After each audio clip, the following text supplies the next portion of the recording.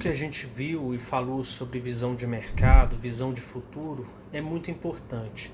A primeira solução que todos nós pensamos é como escutar mais o cliente, como saber o que ele precisa, como saber o que ele vai precisar no futuro. Mas isso pode ser uma grande armadilha. Várias empresas já caíram nessa armadilha, gigantes, grandes, empresas que são referências mundiais e que você nem imagina às vezes que já chegaram a errar desse jeito. E não se trata de um erro, poderia ser assim, em tom de crítica, porque todos nós podemos e caímos nisso. Você já ouviu falar em miopia de marketing? Miopia é um problema que a gente já conhece, várias pessoas têm esse problema de ter que usar óculos, mas a gente vê tudo que está perto muito nítido, em compensação tudo que está longe meio embaçado. Quando eu falei de sinais fracos, parece que a gente vê isso, esse futuro meio embaçado, sinais fracos, tendências que estão ali acontecendo. Mas a gente precisa entender e se resguardar, porque nem sempre o cliente sabe o que ele precisa, nem sempre ele sabe o que ele quer. E foi assim, por exemplo, no lançamento do iPhone, o smartphone, o primeiro smartphone.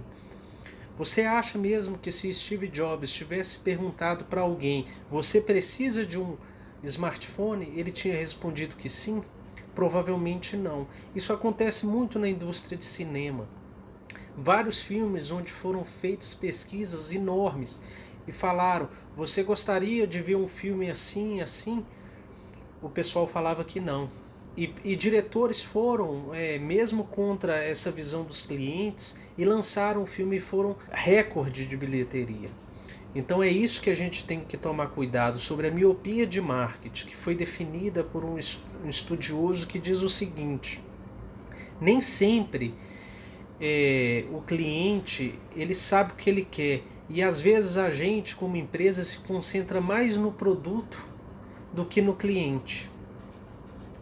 Às vezes a gente se concentra tanto no produto que fica desenvolvendo lá e não escuta o cliente. Mas às vezes a gente concentra no cliente e esquece de que ele não sabe tudo.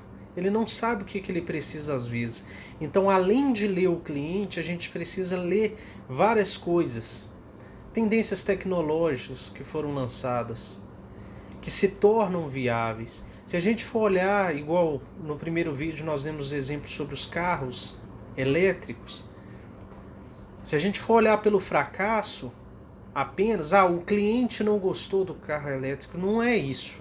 Não tinha infraestrutura. Precisa de uma infraestrutura embutida que está chegando só agora. Então a gente precisa ficar de olho nessas tendências. Tendências tecnológicas, tendências de comportamento, como nós falamos no primeiro vídeo. A gente precisa escutar, observar, saber sobre qual contexto aquele cliente está emitindo aquela opinião. Se você pergunta hoje para alguém, você quer ter carro? Você precisa de um carro? A pergunta é, quero, preciso. Mas por que esse cliente precisa ter o carro próprio, o veículo próprio? Porque ele quer liberdade, às vezes, de ir e voltar aonde ele quer. E hoje a gente, mesmo por locação, a gente não tem uma demanda de automóvel que permite essa flexibilidade de eu ir aonde eu quero e voltar a hora que eu quiser. Então, por que o cliente precisa daquilo que ele fala que precisa? E por que ele não precisa daquilo que ele fala que ele não precisa? É essas perguntas que a gente precisa entender. A gente não pode escutar só o cliente, a gente tem que escutar todos os stakeholders, escutar o governo, escutar o fornecedor, escutar, às vezes, se seu cliente é pessoa jurídica, escutar o cliente do seu cliente. Envolver todo mundo no planejamento estratégico. Então, o planejamento estratégico a gente viu no primeiro vídeo, que é um combinado, uma visão compartilhada de todos sobre um futuro. A gente viu agora que a gente não precisa e não deve confiar fielmente nos clientes, na opinião emitida, que a gente precisa criar as hipóteses de forma livre e solta, considerando sim a visão do cliente como uma das visões. E agora no próximo vídeo a gente vai começar a entender como se constrói realmente seu planejamento estratégico para você ter um combinado que vai facilitar a sucessão. O sucessor, que é o filho, normalmente, ou algum executivo que vai suceder a posição da empresa, ele precisa ter um combinado com quem ele está sucedendo, para dar segurança. A governança é muito isso. É você ter um combinado de caminho que está acordado ali, que todo mundo está esperando aquilo, para onde vai. E é um jeito até de criar metas, gerenciar os resultados desse combinado e saber ter o conforto do sucedido, de onde a empresa está indo, de qual linha de visão ele está seguindo. Eu vou dar um exemplo sobre todo esse processo que nós falamos de pesquisa. A Coca-Cola, uma gigante, todo mundo conhece, caiu nessa armadilha. Ela lançou uma pesquisa, o diretor de marketing dela lançou uma pesquisa bem conhecida e que tratava do sabor da Coca-Cola, comparando com outros concorrentes. E nessa pesquisa ficou evidente de que o cliente gostaria de um sabor mais adocicado, mais parecido, mais para o lado da Pepsi. E aí eles resolveram mudar de fato a receita da Coca-Cola e lançaram no mercado. Em menos de 2 meses eles tiveram que recolher todos os produtos. Por quê? Parou de vender. Por mais que o cliente tenha respondido nas pesquisas que ele queria um sabor diferente, na hora que ele teve contato com aquele sabor, ele simplesmente não gostou. Ele tinha respondido nas pesquisas tudo que indicava aquele sabor.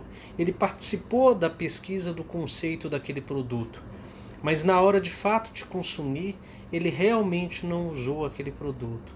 Isso tem muito a ver com pesquisas que às vezes a gente faz, perguntas e jeitos de perguntas que a gente faz. Talvez a pergunta que você está fazendo para o seu cliente, ela está induzindo o cliente a responder algo, mas que não está correto.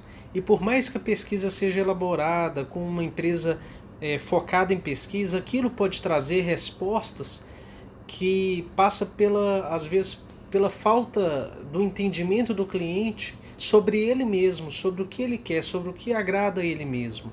Então é esse cuidado. Nós precisamos realmente fazer pesquisas de mercado, escutar o cliente, pesquisas qualitativas onde a gente escute o cliente com detalhes, pesquisas abertas, aquelas pesquisas quantitativas com formulários que ele faça sozinho, salas de observações para ver como o cliente se comporta em determinada solução. São várias as formas de fazer pesquisa, mas a gente precisa entender que nem sempre o cliente sabe o que realmente ele precisa.